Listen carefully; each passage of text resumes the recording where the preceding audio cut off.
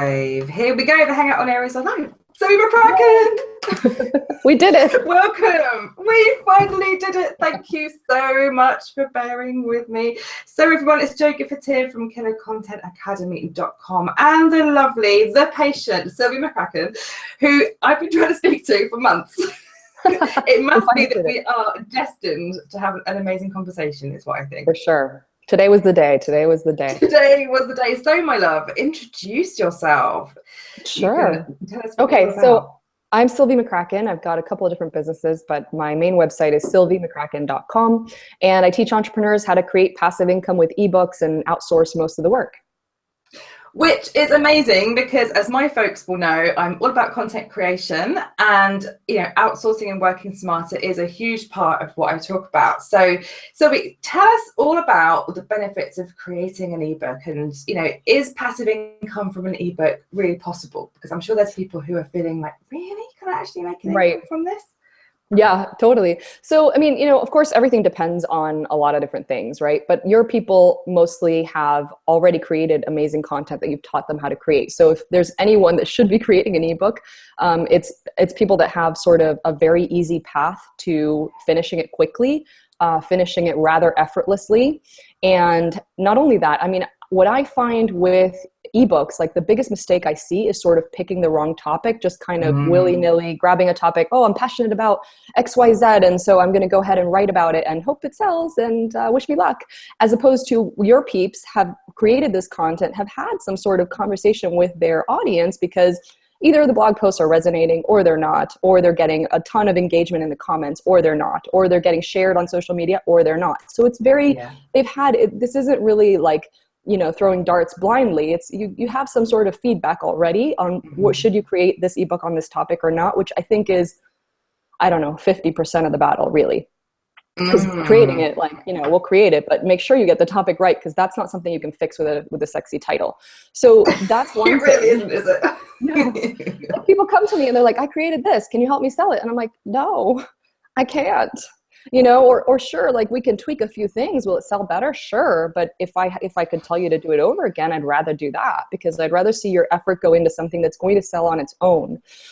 So as far as the passive income part of it, it depends on, people have all kinds of different reactions to that term. Some people think that we're talking about sipping martinis all day and becoming millionaires, and so, as a matter of fact, I've thought about changing the name of the course because sometimes it triggers people in a certain way, and I'm not about that life. But, it's a matter of, like, we're course creators. And so there's a certain amount of passive income with courses, but not really, because, you're giving, people support. You're kind of, you might have a Facebook community or whatever, right? You're giving them a little bit of more help. With an ebook, it's the most passive type of income I've yet dealt with, because once you've sold the ebook, that's it, right? There's no, at least in my case and in what I recommend with my students is there's no Facebook community. There's no, other than my assistant dealing with customer service, if somebody has a problem downloading or something like that, that's it. Once you've sold it, you've sold it. So, it's just a matter of what you deem from passive income, I guess. There's work up front to be done, and then the selling part is passive.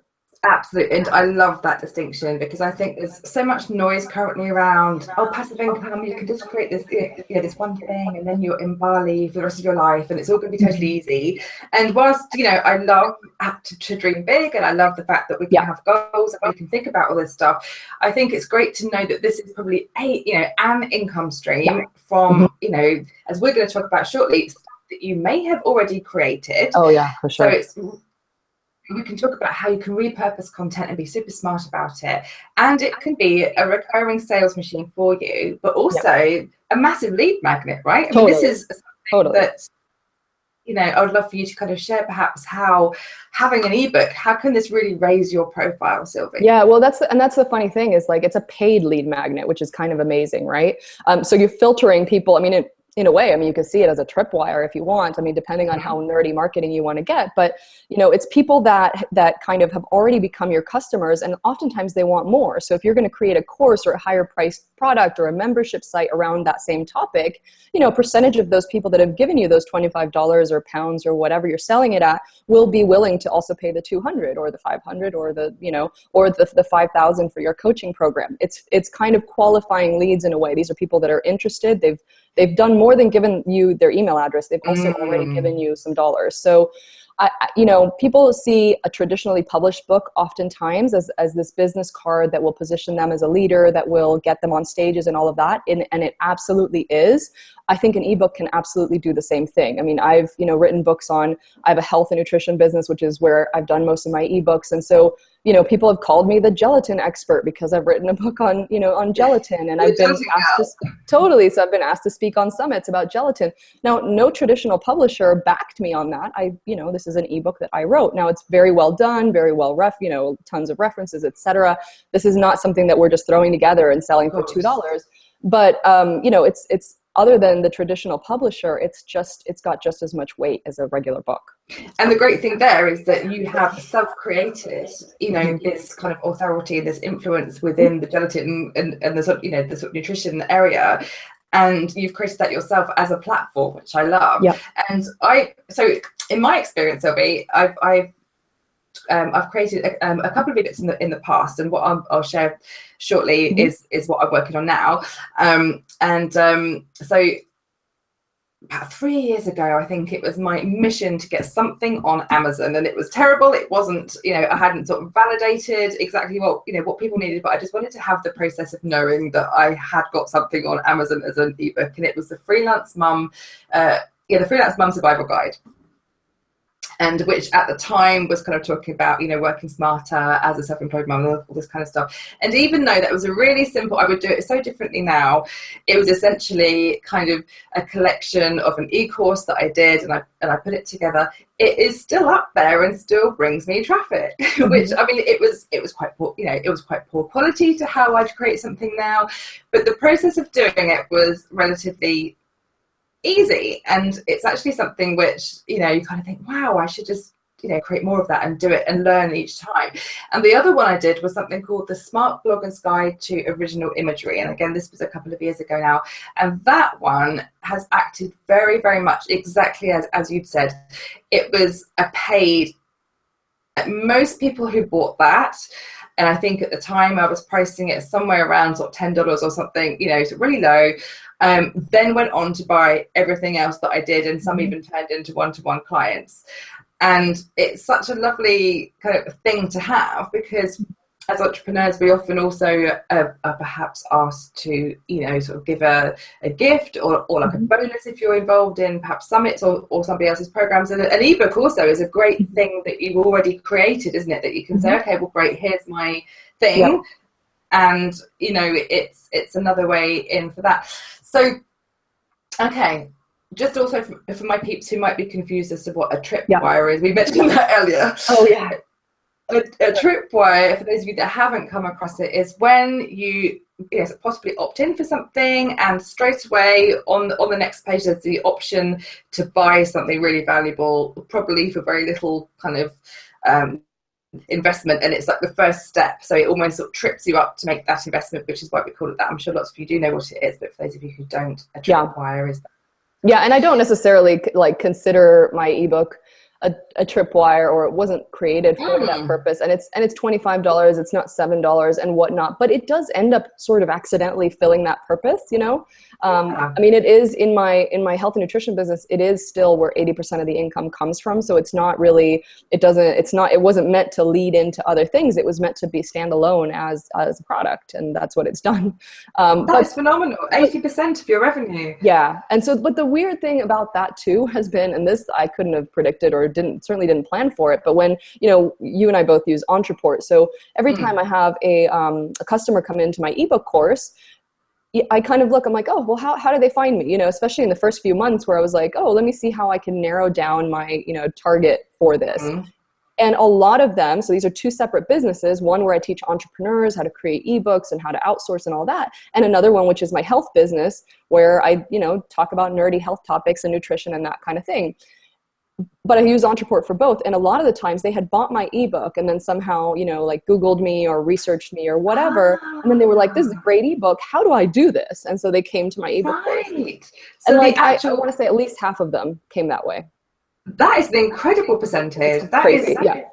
what a Well, great and way part to... of it might be also that they knew me from the health and nutrition business. So there was less of a, hurdle to get to know me and whatnot before investing in one of my programs. They already knew I was legit from this end of things. And so they wanted to replicate that. So that's cool. It's very cool. But yeah, I didn't mean for that to kind of lead to a much higher price program on a completely different topic. What a happy kind of, not well, happy accident, but what a really great way to also showcase that you've established authority. People have bought something for, sort of from you that's really valuable. They know that you're a legit business person, albeit in that field, which they might not be looking for training in. But they're like, well, hang on a minute, I want to do this because it's a great way to showcase my business. And there you are.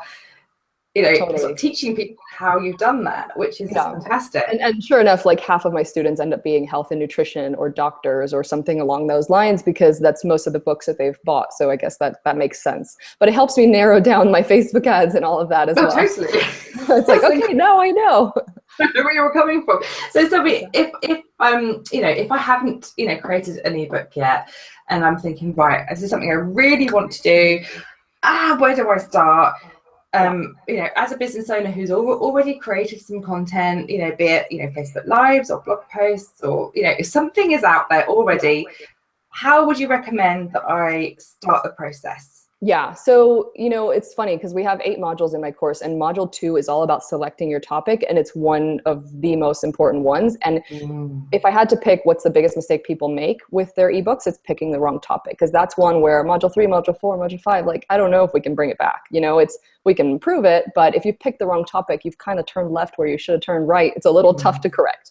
So I think one of the things that you should do, especially since you have all this amazing content already, if Joe's helped you create the content or figure out how to create this content, start paying attention, right? Start paying attention to what's resonating with your audience. Are you getting tons of engagement on these particular 5 blog posts that are all around a similar theme? Are you getting tons of questions where you kind of have left them hanging and they need a little bit more information? They want a little more help from you. Are there other blog posts which you're super passionate about, but you're sort of hearing crickets about? That's important to pay attention to.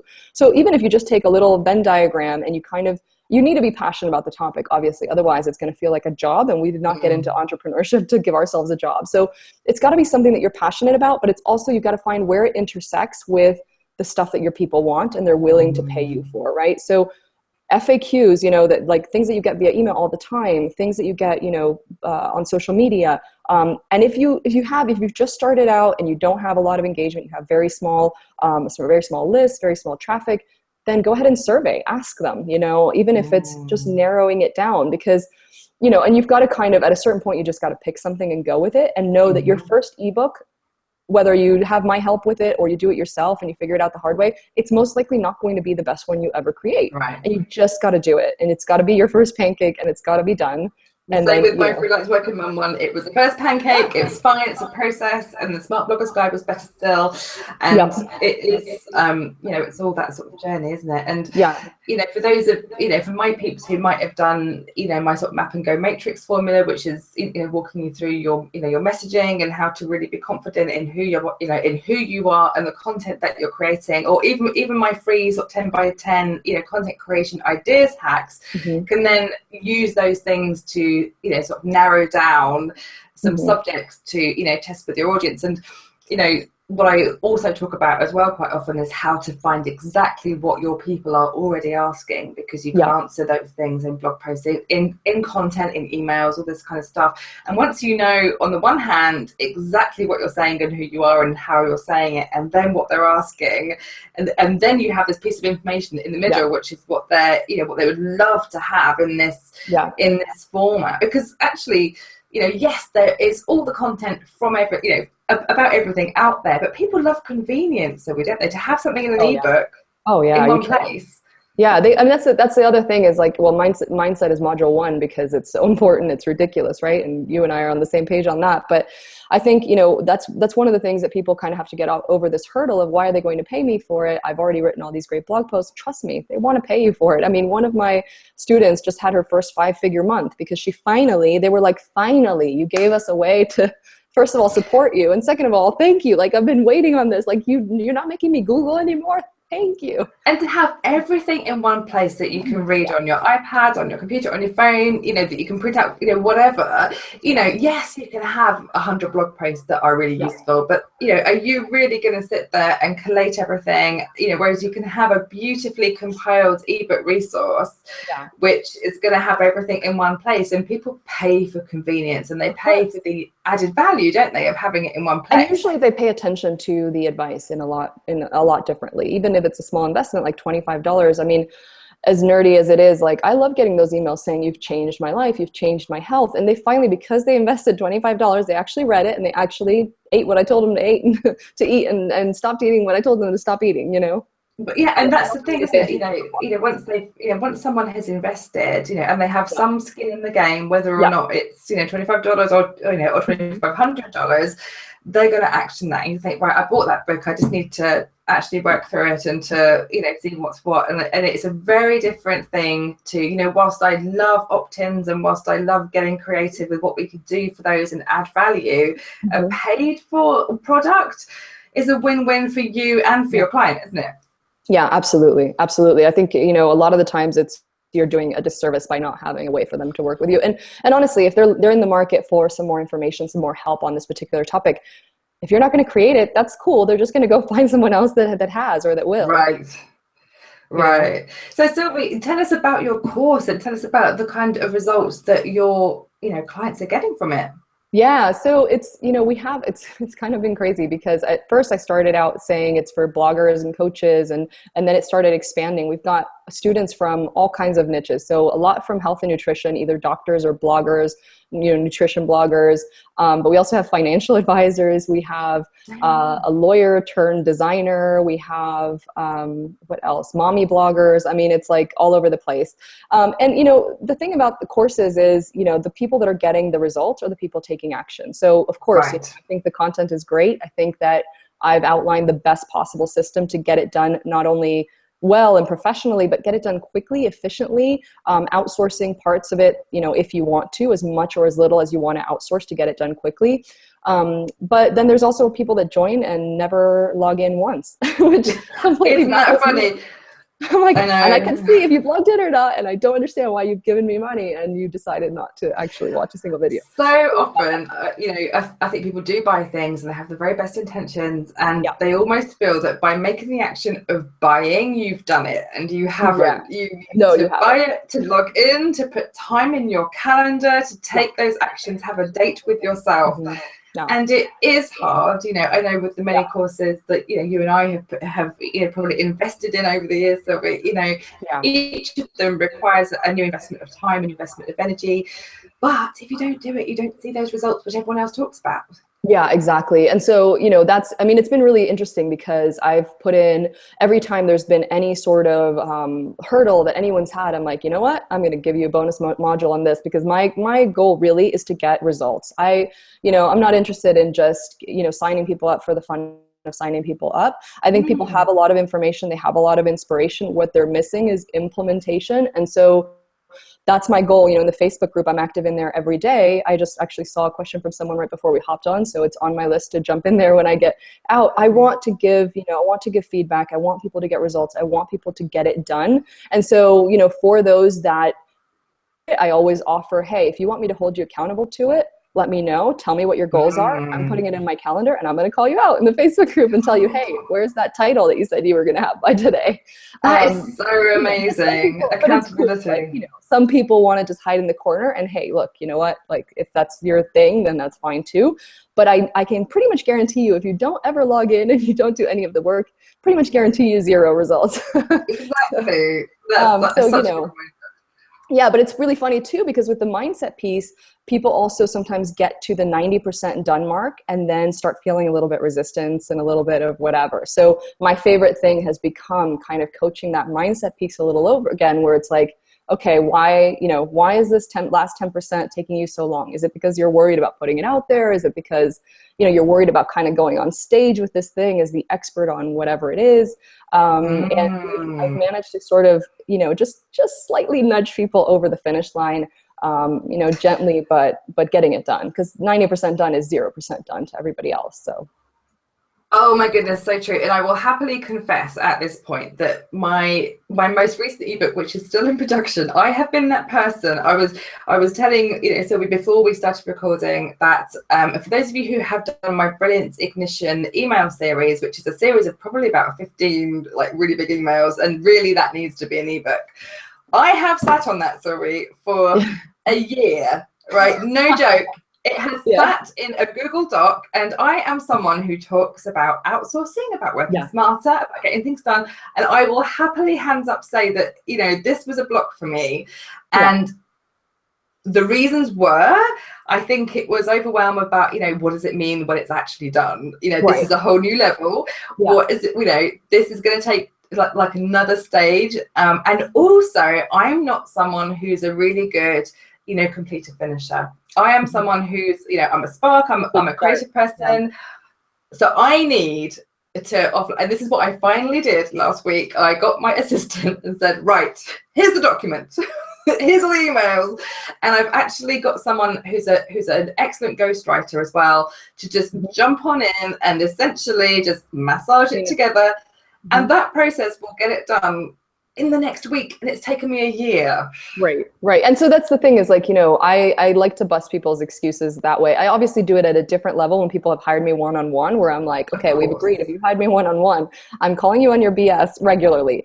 For people in the course, I've got to sort of check with them and be like, hey, like, are you okay if I tell you what I think on this, in a little bit of a gentler way. But a lot of it is there a resistance piece here? Is there, because people are, I was so busy, I didn't have time. And I was like, dude, that was 10 minutes. That was a 10-minute hire a coder real quick to put the PayPal button in. Like, no. It wasn't lack of time. Let's talk about the real issue, so. I love how you don't take prisoners, Sylvie. I love it.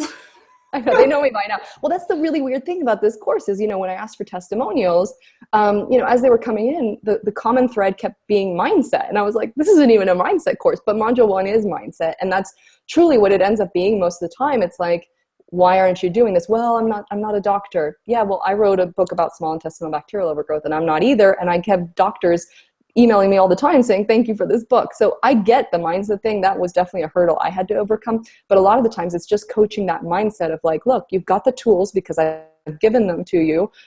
You've got the content a lot of the times, or at least half of it, of like, who am I to be an expert? Who am I to write this ebook? Who am I to be paid for being creative? Who am I to receive 5 figures worth of income in 1 month where I've sat on my butt?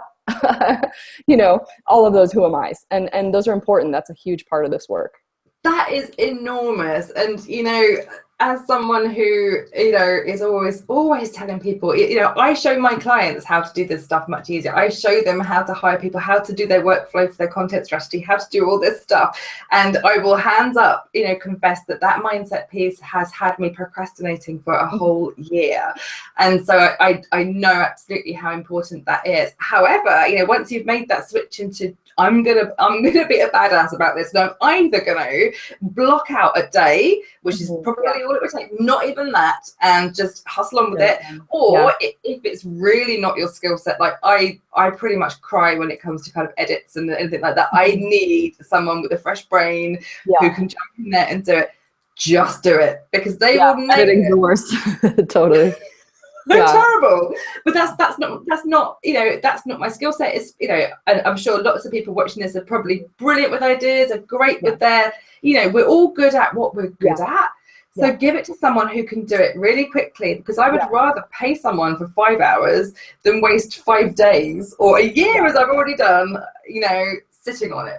Yeah, and that's why, like in the course and every module and every step of the way, I give kind of both options, because I know people are in different stages. Like maybe some people are bootstrapping it and really can't hire anyone right now. And I've done it both ways. My first ebook was definitely not my best one. And I wrote my own sales page, not having a clue what I was doing. But once I had kind of created enough revenue to reinvest in a copywriter, then I did. So that's totally a way to do it as well. It's just, and so you can toggle that however you want it. I've had people outsource everything. They've got it done quicker. And they've obviously spent a little bit more money. And I've had people do it themselves, do certain parts themselves. Like one of my students designed her whole ebook herself, and she was like, I will never do that again.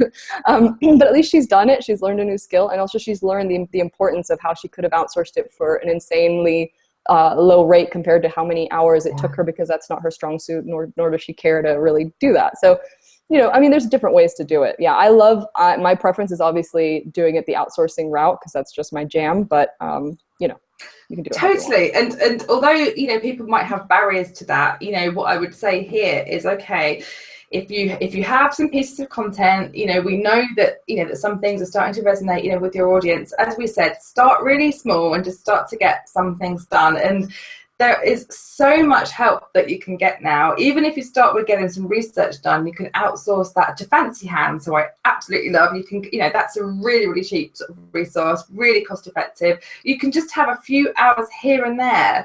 You know, designs you can find from Fiverr. You know, start really small, and then once you are, you know, creating some leverage and some revenue from that first book, then the next one you'll know so much more. You can start to plug in more support. Exactly. And you have something that's moving. Yeah, I mean, you don't have to. My preference is always outsourcing, but it's definitely shouldn't be a barrier to people starting. If your biggest resource that you have is your own time, cool, then do everything yourself. Absolutely, absolutely. And as you say, you can toggle that the more that your business grows. And obviously we hope that everyone's business does really grow, you know, more and more, especially with the use of something like an ebook to, you know, be out there for you. And, you know, as you guys all know, you know, I'm a huge fan of the content being out there, you know, marketing you for you, you know, 24 hours a day. And an ebook is an epic piece of content.